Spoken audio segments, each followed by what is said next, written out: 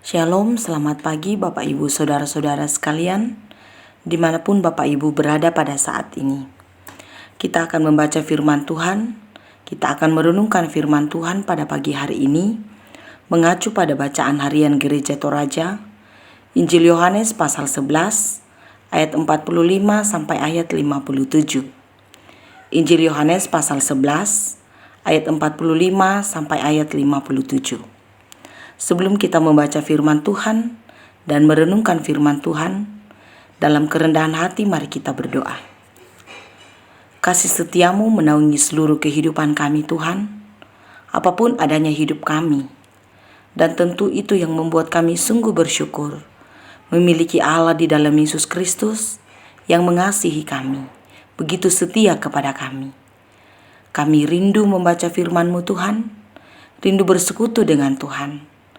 Kiranya lewat firman-Mu yang akan kami baca dan renungkan pada saat ini, dalam kuasa Roh Kudus, kami pahami, kami lakukan dalam seluruh kehidupan kami. Oh Tuhan, mohon ampun untuk segala dosa dan kesalahan kami. Layakkan kami untuk menghampiri-Mu. Di dalam nama Yesus Kristus kami datang kepadamu. Amin. Firman Tuhan dari Injil Yohanes pasal 11, ayat 45 sampai ayat 57, berbunyi demikian. Persepakatan untuk membunuh Yesus. Banyak di antara orang-orang Yahudi yang datang melawat Maria dan yang menyaksikan sendiri apa yang telah dibuat Yesus, percaya kepadanya.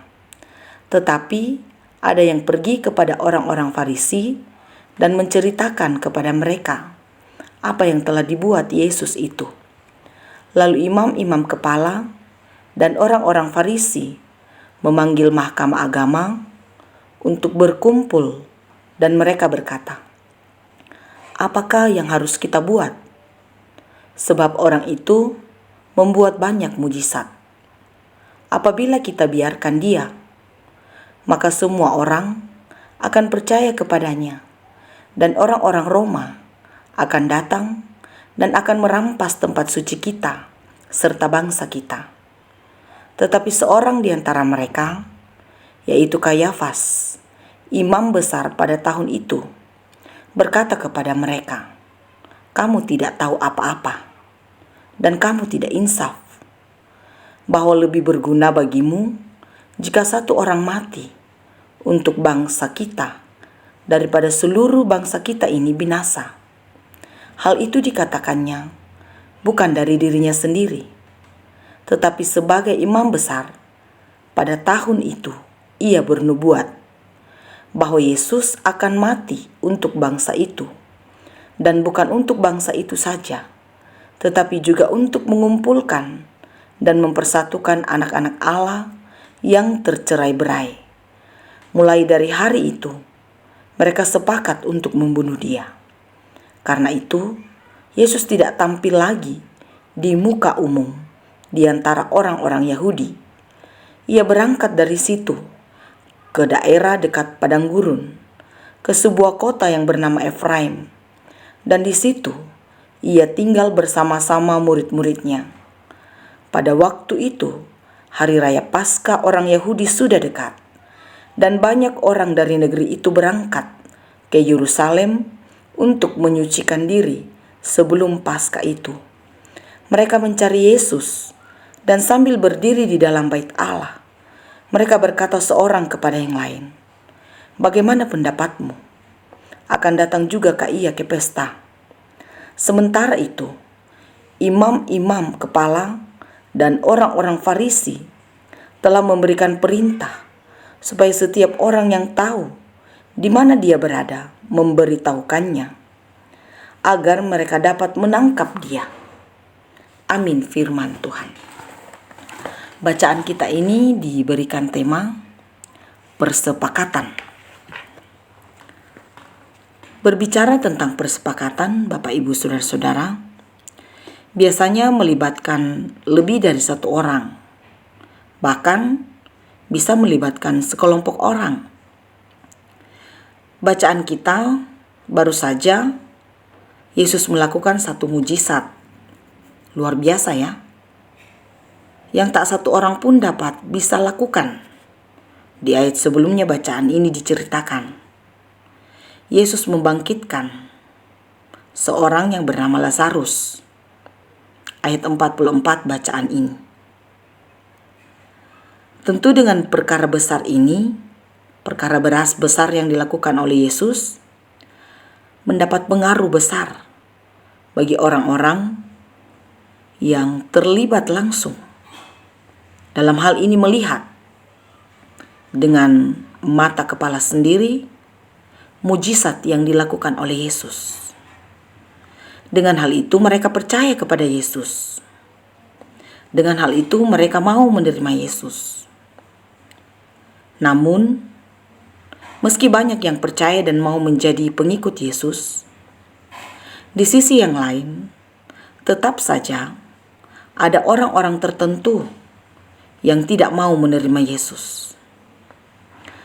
Ada orang-orang tertentu yang mau melawan, bahkan menangkap, dan lebih dari itu membunuh Yesus. Kepala-kepala, imam kepala, dan orang-orang Farisi bertemu, membicarakan secara khusus hal-hal yang terjadi pada saat itu. Ini luar biasa terjadi. Pertemuan khusus untuk membicarakan tentang apa yang akan dilakukan pada Yesus. Ayat 48, ayat 49. Bahkan di akhir dari itu, mereka bersepakat untuk membunuh Yesus. Ayat 53. Persepakatan ini tentu terjadi karena mereka sama sekali tidak tersentuh dengan apa yang telah dilakukan oleh Yesus. Perlawanan dari pihak-pihak tertentu yang mestinya sebagai orang-orang yang bergaul dengan Taurat Tuhan, mestinya mereka yang menopang Yesus, mendukung pelayanan Yesus. Tetapi berbanding terbalik, justru mereka yang dekat dengan Taurat menjadi lawan dari Yesus. Bahkan punya niat-niat busuk pada diri Yesus. Ini terjadi dan benar terjadi. Tercatat dalam bacaan kita ini. Adakah di antara kita yang juga seperti ini? Mestinya menjadi penopang, mestinya menjadi pendukung dalam pelebaran firman Tuhan. Tetapi justru kita yang seolah-olah merusak apa yang mesti dibangun bersama-sama untuk pelebaran firman Tuhan.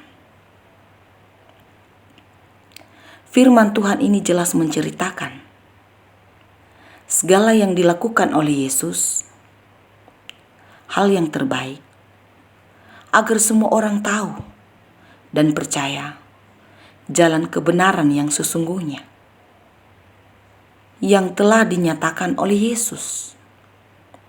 Yesus datang ke dalam dunia untuk membawa jalan kebenaran, dan manusia tidak terserat, tidak tersesat dengan jalan yang ditempuhnya. Tetapi tidaklah semudah itu.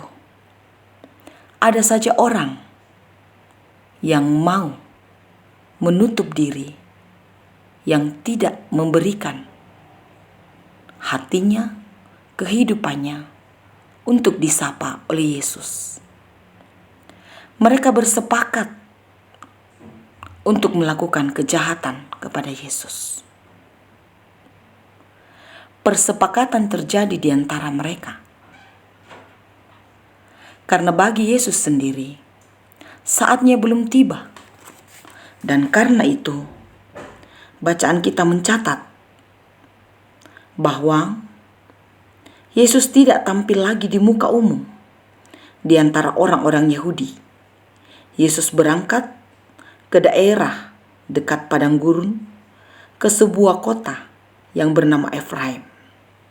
Di situ Yesus tinggal bersama murid-muridnya. Ayat 54 bacaan ini. Yesus tahu apa yang telah dirancangkan oleh sekelompok orang yang mau merencanakan hal yang tidak benar pada dirinya. Tetapi karena saatnya belum tiba, Yesus pergi dari situ. Bapak, Ibu, Saudara-saudara, mari buka hati kita, buka diri kita untuk menerima Kristus. Dia datang menyelamatkan dunia ini. Ia memberikan dirinya, memberikan segenap kehidupannya. Karena kasih yang besar itu, kasih yang besar yang mestinya kita lakukan menjadi teladan dalam seluruh kehidupan kita. Namun kadang-kadang kita pun sebagai orang yang percaya kepadanya jauh dari kata kasih itu. Tetapi tentu semua itu bisa kita lakukan jika kemudian mengandalkan kuasa Roh Kudus untuk mengubahkan kita ke jalan yang Tuhan kehendaki. Alkitab berkata, apakah yang mustahil bagi Tuhan? Tidak ada yang mustahil bagi Tuhan. Sesungguhnya jika kita berserah kepada Tuhan, maka segala yang terbaik akan terjadi dalam hidup kita. Libatkan Tuhan dalam seluruh kehidupan kita. Jangan pernah membuat persepakatan untuk melawan Tuhan. Jangan pernah membuat persepakatan di luar kehendak Tuhan. Tetapi lakukanlah persepakatan untuk memuji Tuhan, memuliakan Tuhan dengan segenap jiwa kita. Terpujilah Tuhan. Amin. Mari kita berdoa. Bapa di surga, kami telah mendengar firman-Mu. Kami telah merenungkan firman-Mu. Kami belajar tentang kisah Yesus Kristus bersama dengan imam-imam kepala dan orang-orang Farisi yang bersepakat untuk melakukan kejahatan kepada Yesus. Sekiranya ya Tuhan, kami bukan menjadi bagian dari orang-orang yang jahat seperti itu. Kami sungguh rindu menjadi anak-anak-Mu yang setia kepadamu, melakukan segala yang Tuhan kenan dalam seluruh kehidupan kami. Tolonglah kami Tuhan, sertailah kami. Biarlah firman-Mu terus menjadi pedoman, menerangi langkah kehidupan kami, sehingga kami hidup olehnya. Kami menghidupi setiap kata-kata, setiap kalimat yang ada dalam firman-Mu ini. Kepadamu Tuhan kami berdoa untuk segenap kehidupan kami. Tuhan mengasihi dan menopang kami. Biarlah kami dikuatkan, dimampukan menjalani hidup ini, apapun adanya hidup ini. Karena kami percaya, kami memiliki Tuhan yang setia memelihara kami. Ke dalam tangan kuasa-Mu Tuhan, kami mendoakan setiap umat-Mu, dimanapun mereka berada, yang mendengarkan renungan pagi pada saat ini.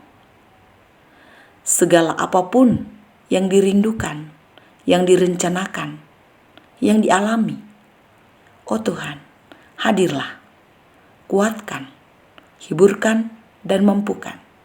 Kami sungguh percaya, kasih setia-Mu menaungi senantiasa seluruh kehidupan kami, sehingga mungkin fisik kami lemah oleh karena kesakitan, tetapi kiranya iman kami dikuatkan karena kuasa-Mu bersama dengan kami. Demikian Tuhan kami berdoa untuk bangsa dan negara kami, untuk pemerintah kami. Kekuatan dari-Mu, hikmat dari-Mu, kiranya terus menyertai pemerintah kami. Ampunilah segala dosa kami Tuhan. Sendengkanlah telinga-Mu untuk setiap permohonan kami. Di dalam nama Yesus Kristus, kami berdoa kepadamu. Amin. Selamat beraktivitas Bapak Ibu Saudara-saudara sekalian. Tuhan Yesus memberkati kita.